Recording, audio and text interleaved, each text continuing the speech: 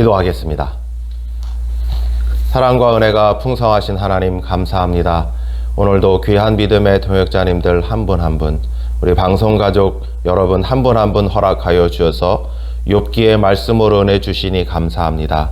전하는 자 듣는 자 모두에게 성령의 충만함을 허락하여 주시고 이 말씀을 잘 깨닫고 은혜 받으며 또한 하나님께 영광 돌리도록 순종하고 또 기도하고 엎드릴 수 있도록 인도하여 주시옵소서. 감사하오며 우리 주 예수 그리스도의 이름으로 기도 올리옵나이다. 아멘. 사랑하고 존경하는 주소망교회 믿음의 동역자 여러분, 또 방송으로 함께하고 있는 방송가족 여러분, 한 주간 은혜 중에 잘 지내셨지요? 저는 최근에 A형 독감에 걸려서 막 엄청 열도 많이 나고요, 오한도 들고요, 참 감기를 되게 앓았습니다. 우리 동역자님들도 감기 조심하시고요. 그리고 또 이 독감 예방 주사 안 맞으셨으면 꼭 맞으시고요. 그래서 이 감기 걸리지 않도록, 또 추위가 다가오잖아요. 이럴 때 다른 그 어떤 것보다도 이렇게 몸에 이 겨울 준비, 이 예방 주사 꼭 맞으셔서 강건한 겨울 되시기를 부탁을 드리고 또 강건한 겨울 나시기를 축원합니다. 요즘에 이제 낙엽이 다 졌습니다. 그래서 이제 겨울이 오는가 보다 했는데, 제가 이제 토요일 날 교회에 나오기 위해서 나오면 이 아파트에 여러 가지가 있지만 제 시야에 나무가 한 그루 들어옵니다. 그러면 이제 그 많던 나뭇잎이, 그 풍성했던 푸르고 좋았던 나뭇잎이 이제 다 떨어졌어요. 그래서 몇 장 안 남았더라고요. 나뭇잎만 덩그러니 몇 개 안 남은 채로 서 있는 것 아니겠습니까? 그 모습을 보고 오헬리의 마지막 잎새가 생각이 났습니다. 반드시 떨어질 수밖에 없었던 앙상한 나뭇가지의 나뭇잎들을 보면서 자신의 운명이라 믿고 있었던 주인공 존시처럼 우리들도 가냘픈 운명들을 저 앙상한 나뭇가지의 나뭇잎처럼 찾고 있는 것은 아닌가라는 생각이 들었어요. 희망의 부질없음이랄까요? 저 마지막 잎새가 자신에게 임한 혹독한 운명의 바람을 이겨주었으면 하면서도 창문에 커튼을 열 수 없는 심정, 그 심정 말입니다. 아마 욥이 그랬을 것입니다. 순식간에 모든 재산을 다 잃었습니다. 사랑하는 모든 자녀들을 불의의 사고로 잃었습니다. 자신마저도 피부에 악창이 나가지고 죽을 만큼 가렵고 때때로 심하게 오르내리는 열이 있었을 것입니다. 그 모습을 보고 아내는 차라리 하나님을 저주하고 죽어라 하고 욥의 가슴에 대못을 박았습니다. 그런 중에 욥의 절친들이 찾아왔습니다. 욥은 아마도 마지막 잎새가 붙어 있을 거야 라는 혹시나 모르는 기대를 가지고 그 친구들을 만나고 대했습니다. 정확히는 그 친구들의 위로와 사랑과 격려가 필요했던 것이죠. 그러나 그들은 매정히 욥을 정죄하고 나무랬습니다. 마치 이는 존시가 커튼을 열자, 원래 그 오엘리의 마지막 잎새에 있는 그 여주인공이 커튼을 열면 나뭇잎이 떨어지지 않고 있었어요. 근데 그 나뭇잎은 물론 다른 주인공이 이렇게 그려넣었던 나뭇잎이지만 말입니다. 그 커튼을 열자, 욥의 경우를 얘기하는 거예요. 커튼을 열자 다 떨어져 버렸어요. 아무것도 없어요.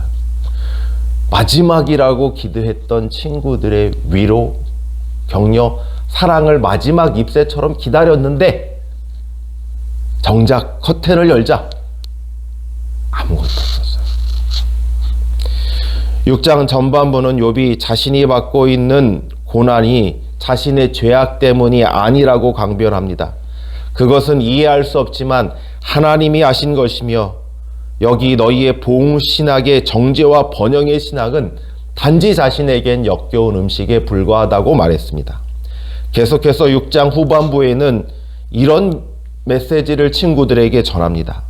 욥은 그 친구들을 고발하는데 그 고발의 죄명은 너희는 언약적으로 신실하지 않다. 언약적 사랑과 긍휼이 너희에게는 조금도 없다는 것입니다. 14절은 후반부 전체를 말씀하고 있는 것 같습니다. 14절을 아가페 쉬운 성경은 이렇게 번역하고 있습니다. 고통당하는 친구들을 동정하지 않는 것은 하나님을 무시하는 일이야. 여기서 14절 동정이라는 단어는 헤세드라는 말인데 단순히 연민의 감정을 의미하는 것이 아니라 하나님의 사랑을 표현할 때 이 단어를 사용합니다. 그러니까 어떠한 상황이라도 신실하게 사랑하심을 잃지 않는 것. 욥의 친구들이 하나님을 말하고 욥에게 회개하고 하나님께 돌아오라고 말하고 있는데 욥이 보기에 그들은 하나님의 은혜에서 비롯한 형제의 사랑과 긍휼을 잃어버렸다는 것입니다. 지금 어려운 처지에 있는 욥을 돌보지 않고 무시하고 회피하는 것이야말로 하나님을 무시하는 일이고 하나님과의 언약적 관계를 깨는 일이라고 말하고 있는 것입니다. 그러니까 자신을 정죄하는 엘리바스와 친구들이야말로 언약적으로 신실하지 않고 충성스럽지 못하다. 과연 너희가 하나님을 얘기하고 회개를 얘기하고 있지만 하나님을 경외한다고 말할 수 있을까? 라고 비판하고 있는 것입니다. 이것을 적절히 비유하기 위해 당시 사막에 있는 건천 와디와 형편을 비유하고 있습니다.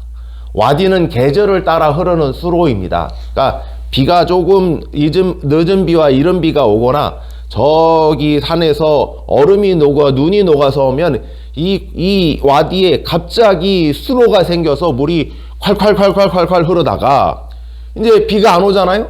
그러면 여기에 이 물 흐르던 이 수로에 물이 없어서 말라버리는, 곧 없어져 버리는 곳이 바로 이 건천 와디인 것입니다. 예, 19절 대만은 오늘날 사우디아라비아의 북부 지역이고 그리고 사바는 지금의 예멘 지역입니다. 이 두 지역의 상인들이 나오는데 그들이 사막을 횡단하면서 무역업을 하고 있는데 물이 그만 똑 떨어진 것입니다. 그러니 물을 빨로 찾아야겠지요. 그래서 물을 찾으러 보니까 여기 물자국이 있는 거예요. 수로가 있는 거예요. 아, 저곳에 가면 물이 있겠다 해가지고 왔는데 와디인 거예요. 물이 없어요. 물이 지나간 흔적은 있는데 물이 없는 거예요. 여기서 물이 없어서 공경에 처한 상인은 바로 욥을 나타내는 거고요. 여기서 욥에게 필요한 헤세드가 바로 물인 것입니다. 언약적인 사랑과 긍휼을 이 와디 곧 친구들에게 기대했는데 흔적은 있는데 언약적 사랑과 긍휼이라는 생명수는 이 친구들에게 없었던 것입니다. 그래서 21절 욥은 자조적으로 슬프게도 너희는 아무것도 아니로구나. 마치 마지막 잎새가 떨어지지 않기를 바랬던 존 씨가 커튼을 열으면서 야, 저거 제발 안 떨어졌으면 좋겠다. 근데 떨어질 수밖에 없었는데 밤새도록 그렇게 비바람이 치고 바람이 불었는데 저 연약한 잎새가 떨어졌을 수밖에 없는데 그래도 나는 떨어지지 않았으면 좋겠다 하는 심정으로 여는 것과 마찬가지입니다. 그런 마음으로 욥의 친구들에게, 자신에게, 고난을 당한 자신에게, 고통 중인 자신에게 조금의 사랑과 조금의 위로와 조금의 격려를 주기를 간절히 기다렸었는데 사랑의, 이해의, 긍휼의 흔적은 있는데 실체는 없는 것입니다. 마치 마른 이 건천, 와디처럼 말이죠. 21절, 30절은 욥의 친구들이 무정하고 욥의 우정을 배반한 것에 대해서 욥은 날카롭게 분석을 합니다. 엘리바스의 노래가 짐짓 욥을 위하는 척 하면서 이렇게 얘기하는 거죠. 내가 걱정해서 하는 말이야. 너는 분명히 죄인이야. 그러니까 죄를 자복하고 회개해야 해 라는 말에 대해 욥은 이렇게 얘기하는 것이죠. 이런 모습이 욥을 위하는 게 아니라는 거예요. 욥이 재산을 다 잃고 불의의 사고로 자녀들을 다 잃어버리고 자신마저 중병에 걸린 이 욥에 대해서 이 친구들은 일종의 두려움을 가지고 있다는 거예요. 어떤 두려움이냐? 이 저주가, 욥이 당한 이 저주와 이 벌이 욥에게 가까이 가면 자신에게 옮겨올 수도 있다라는 두려움을 가지고 있는 거예요. 22절서부터 23절 바로 그런 소리인데, 헤세드가 있다면, 욥 친구들 너희가 헤세드가 있다면, 언약적 사랑이 있다면 망해버린 욥을 도와서 상당한 재산을 주어야 했고, 언약적 사랑과 국률이 있다면 욥이 폭군의 손에 갇혀 있었다 할지라도 군사들을 동원해서 욥을 구원해내야만 했습니다. 그러나 욥은 지금 그 어떤 것도 요구하지 않는데 이 친구들은 그런 상황이 두려운 것입니다. 그래서 선을 긋고 있다는 것이죠. 왜냐하면 어려운 사람을 돕는 것은 헤세드지만 죄인을 돕는 것은 헤세드가 아니기 때문입니다. 욥은 지금 고래고래 소리를 지르며 이어갑니다. 내가 들을 테니 나에게 말해봐라. 도대체 내가 잘못한 게 뭐냐? 너희가 나를 책망하는데 도대체 내가 무엇을 잘못했단 말인가? 너희는 지금 꾸짖기 위해 꾸짖는 것 아니냐? 라고 말입니다. 새 번역은 26절을 이렇게 번역합니다. 너희는 남의 말 꼬투리나 잡으려고 하는 것이 아니냐? 절망에 빠진 사람의 말이란 바람과 같을 뿐이 아니냐? 라는 것이죠. 이 뒷부분, 절망에 빠진 사람들의 말이란 바람과 같은 것이 아니냐라는 부분의 해석은 뭐냐 하면, 야, 핑계 없는 무덤이 어딨어? 라는 식입니다. 욥은 자신의 잘못을 가리는 변명을 하고 있을 뿐이야 이런 식으로 아무런 실체가 없는 바람 취급하고 있다는 것이죠. 욥은 드디어 폭발합니다. 27절서부터 30절입니다. 니들이 너무한 거야. 너희들은 고아를 제비보라 노예로 팔아먹이고 친구라도 팔아넘기는 무정하고 파렴치한 사람들이야 라고 말입니다. 28절의 느낌은 이거예요. 야, 내 눈을 보고 얘기해. 내 눈을 보고 얘기해. 내 눈 보고 얘기해. 왜 잘못한 자녀들이 부모님이 이런 얘기 하잖아요. 거짓말 하는 것 같고 잘못한 것 같으면, 야, 나 보고 얘기해. 내 눈 보고 얘기해. 이런 식의 느낌인 것이죠. 너희들은 함부로 나를 판단해서는 안 되는 것 아니야? 너희가 그런 식으로 판단한다면 저희는 큰 악을 저지르는 거야. 나는 잘못한 것이 없어. 내 눈을 보고, 나를 보고 내가 죄인이라고 얘기하라고 라고 하는 것입니다. 지금 욥은 보응신학의 실체를 보여주고 있는 것입니다. 그들은 하나님의 언약이나 율법을 들먹일 수 있습니다. 하나님의 축복과 저주를 들먹일 수 있습니다. 하나님의 공의를 들먹일 수 있습니다. 그러나 그들은 하나님의 언약을 대변하지 않습니다. 왜냐하면 그들이 말하는 것이 하나님의 언약이 아니기 때문입니다. 언약의 핵심은 바로 헤세드, 언약적 신실함, 언약에서 오는 사랑과 긍휼인데 욥의 친구들에게는 그것이 빠져있기 때문입니다. 실례로 성경의 한 예를 들어보겠습니다. 신약 성경에서 예수님이 하신 비유인데 바로 선한 사마리아인의 비유입니다. 여리고로 가다가 강도를 만나서 거반 죽어가고 있는 한 사람이 있습니다. 아직 숨이 붙어 있어요. 근데 거의 죽어가고 있어요. 반드시 누군가 도와주지 않으면 죽을 게 분명합니다. 근데 그 앞으로 누가 지나갔죠? 제사장이 지나가 있습니다. 또 누가 지나갔죠? 레위인이 지나갔습니다. 그들은 알았어요. 도움이 필요한 사람인 걸 알았어요. 그리고 반드시 도와야 한다는 것도 알고 있었어요. 그러나 그들은 돕지 않았어요. 그는 그 도움이 필요한 이웃을 구하지 않았습니다. 많은 신학자들이 그들이 레위인과 제사장이 왜 저 도움이 강도를 만난 이웃을 피하여 못 본 채 하고 돌아갔는가 라고 했었을 때 이렇게 얘기를 합니다. 아마도 피를 보거나 만지면, 시체를 보거나 만지면 부정하게 된다는 율법을 지키기 위해서 자신이 제사라든지 이 성전에서의 일이 중요하기 때문에 만약에 저 사람을 지금 도와준다고 하면 피를 만지게 되면 혹은 또 저 사람이 돕다가 죽으면 시체를 만지게 되는 셈인데 그러면 그 부정이 나에게 옮겨올까봐 모르는 척하고 지나갔다는 것이죠. 보응신학은요, 여기 나타난 것처럼 표면적으로는 율법을 지키기 위해서 도움을 주지 않습니다. 국류를 베풀지 않습니다. 그런데 그게 가당키나 한 일입니까? 그게 하나님의 율법이, 하나님의 언약이 요구하는 바입니까?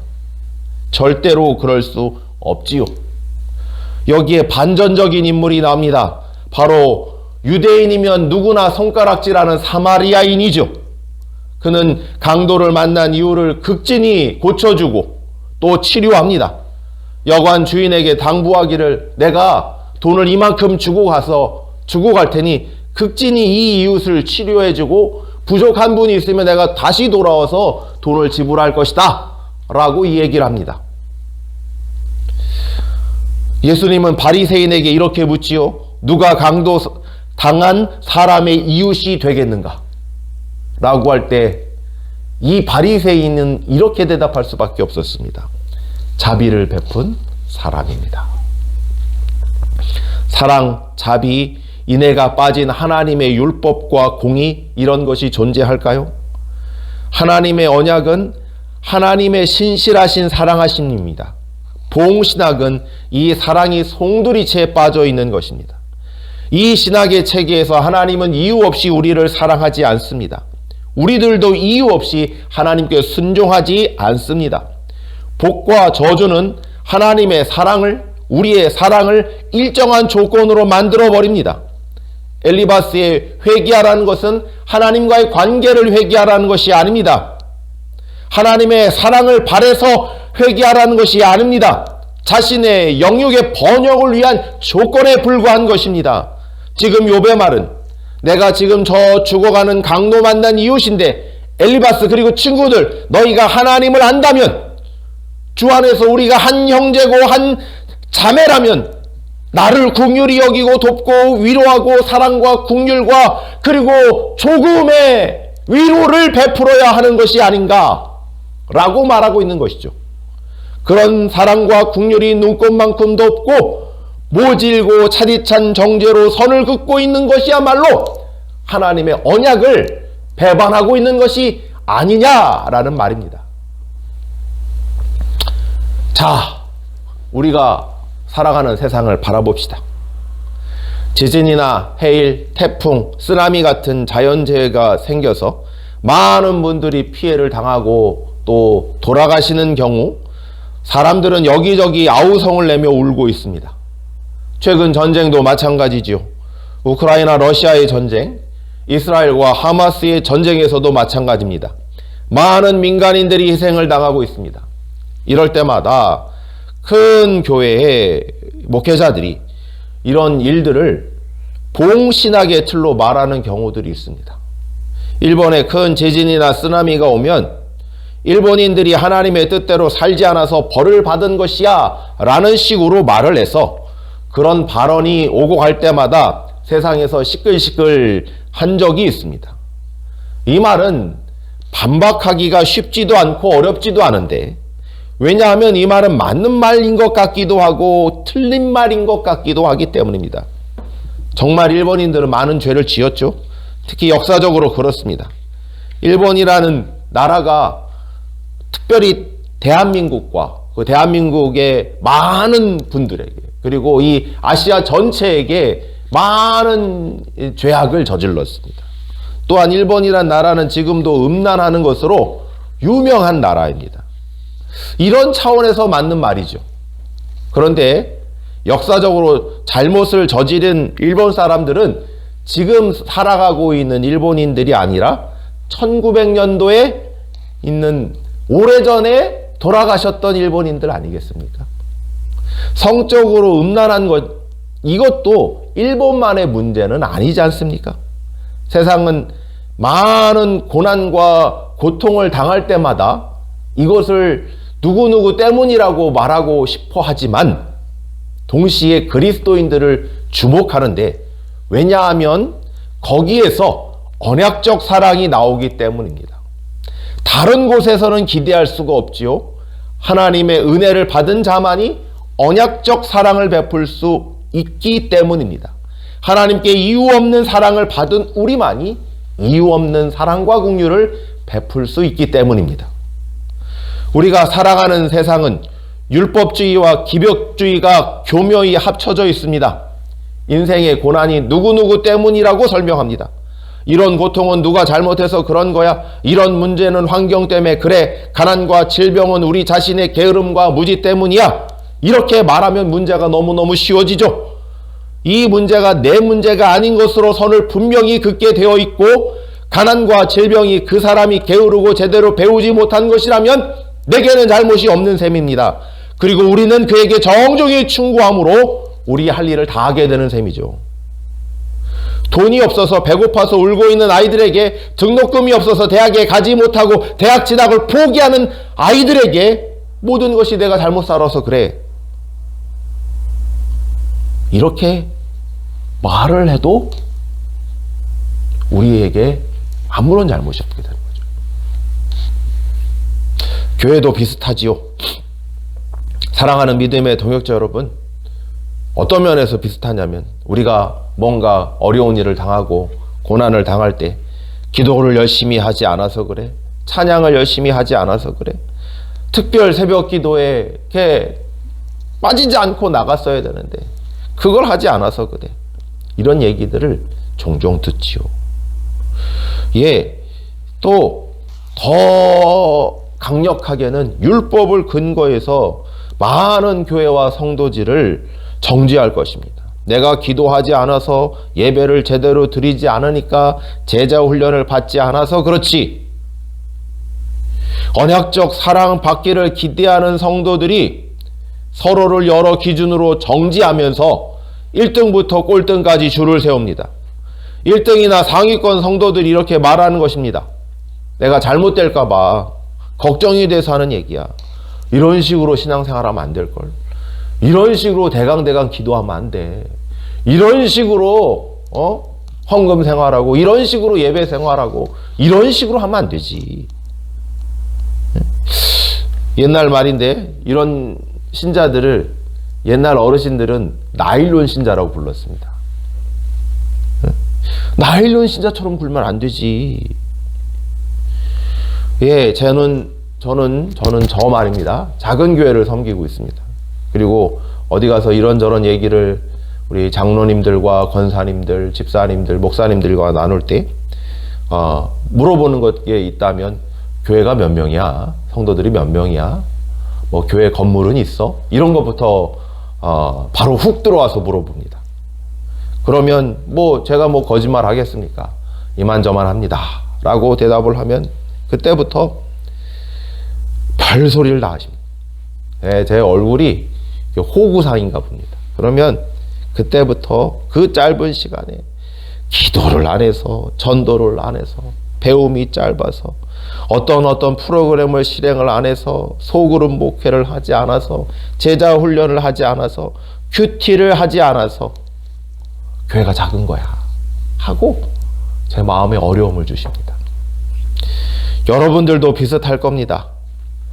여러분 인생에 다른 사람 보기에 성공하지 않아 보이면, 돈이 없어 보이면, 배움이 짧아 보이면, 직장에서 잘 나가지 않거나 자녀들이 좋은 곳으로 진학하거나 취직하지 못하면, 많은 것들이 부족해 보이면, 성공한 사람들이 자기보다 우월해 보이는, 자기보다 이렇게 좀 뭐라고 할까요? 내가 볼 때 다른 사람들의, 내 기준에서 볼 때 이렇게 좀 낮아 보이는 이런 사람들이 보일 때, 예? 그럼 이제 와가지고 이렇게 얘기하는 거죠. 내가 성도님 너무너무 걱정돼서 그래. 그러니까 너무 이렇게 고가워하지 말고, 아파하지 말고 잘 들어. 이렇게 살면 안 돼.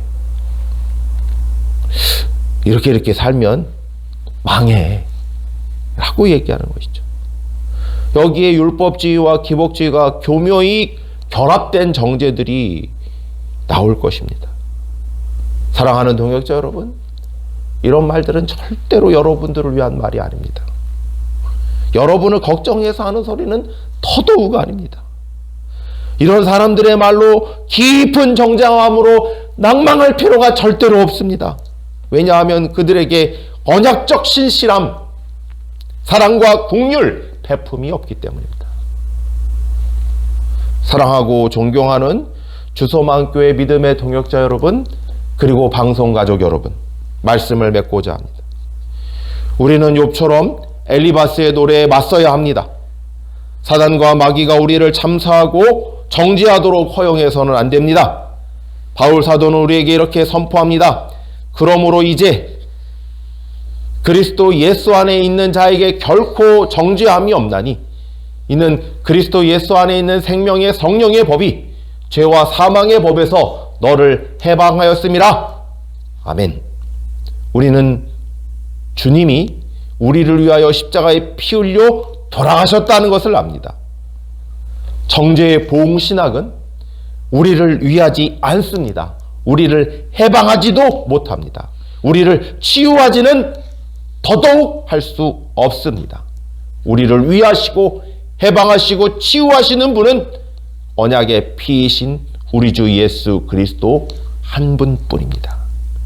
보응신학이 아닌 예수님을 통한 은혜의 신학을 붙드시는 주소만교회 믿음의 동역자 여러분, 또한 방송으로 함께 하시는 방송가족 여러분 되어지기를 축원합니다.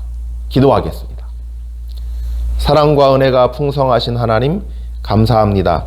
오늘도 귀한 은혜의 말씀 주셔서 감사합니다. 이 말씀대로 보응의 신앙을 잘 구분하고 아버지 그것이 언약적 신실함이 없다는 것, 언약을 얘기하는 것 같으나 언약적 사랑과 긍휼이 빠져 있다는 사실을 알고 언약의 주인이시고 언약을 위하여 새 언약을 위하여 십자가에 달려 죽으신 예수 그리스도만을 붙드는 주소만교회 모든 동역자님들, 방송가족 모든 동역자님들 되어지게 하여 주시옵소서. 감사하오며 우리 주 예수 그리스도의 이름으로 기도 올리옵나이다. 아멘.